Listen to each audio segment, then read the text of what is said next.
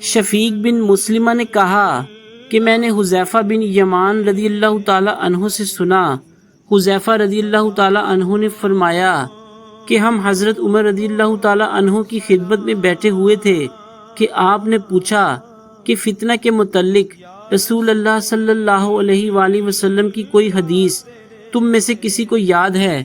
میں بولا میں نے اسے اسی طرح یاد رکھا ہے جیسے حضور صلی اللہ علیہ وآلہ وسلم نے اس حدیث کو بیان فرمایا تھا۔ حضرت عمر رضی اللہ تعالیٰ عنہ بولے کہ تم رسول اللہ صلی اللہ علیہ وآلہ وسلم سے فتن کے متعلق کرنے میں بہت بے باک تھے۔ میں نے کہا کہ انسان کے گھر والے، مال، اولاد اور پڑوسی سب فتنہ کی چیزیں ہیں، اور نماز، روزہ، صدقہ، اچھی بات کے لیے لوگوں کو حکم کرنا اور بری باتوں سے روکنا ان فتنوں کا کفارہ ہے۔ حضرت عمر رضی اللہ تعالیٰ عنہ نے فرمایا کہ میں تم سے اس کے متعلق نہیں پوچھتا، مجھے تم اس فتنہ کے بارے میں بتلاؤ جو سمندر کی موج کی طرح ٹھاٹھے مارتا ہوا بڑھے گا۔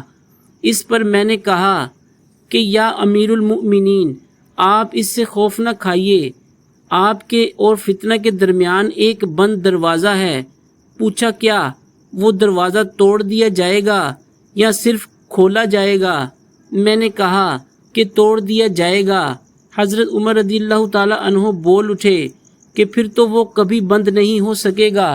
شفیق نے کہا کہ ہم نے حذیفہ رضی اللہ تعالیٰ عنہ سے پوچھا کیا حضرت عمر رضی اللہ تعالیٰ عنہ اس دروازہ کے متعلق کچھ علم رکھتے تھے؟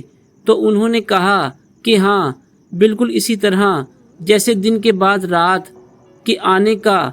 میں نے تم سے ایک ایسی حدیث بیان کی ہے جو قطعاً غلط نہیں ہے۔ ہمیں اس کے متعلق حذیفہ رضی اللہ تعالیٰ عنہ سے پوچھنے میں ڈر ہوتا تھا کہ دروازہ سے کیا مراد ہے، اس لیے ہم نے مسروق سے کہا کہ وہ پوچھے۔ انہوں نے دریافت کیا تو آپ نے بتایا کہ وہ دروازہ خود حضرت عمر رضی اللہ تعالیٰ عنہ ہی تھے۔ صحیح بخاری حدیث نمبر 500۔